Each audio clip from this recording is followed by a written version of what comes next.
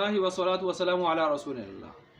औरतों का मीरास और महर न लेकर नाइंसाफ़ी और ज़्यादती करना, मतलब ये है कि आम तौर पर वो औरतें जो अपना महर ले सकती हैं, मीरास ले सकती हैं, वो भी नहीं लेती कि भाई रिवाज ऐसा है, कल्चर ऐसा है, दौर ऐसा है, रिवायात ऐसी हैं, रीत ऐसी चल रही है।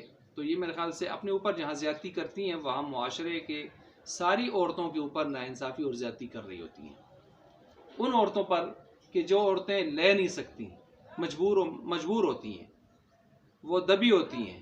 तो लिहाजा जो औरतें ये अपनी मीरास या अपना महर ले सकती हैं, उनको गपशप नहीं समझना चाहिए और ना ही जो है इसमें चशमपोशी करनी चाहिए। उनको ज़रूर अपनी मीरास और महर लेना चाहिए।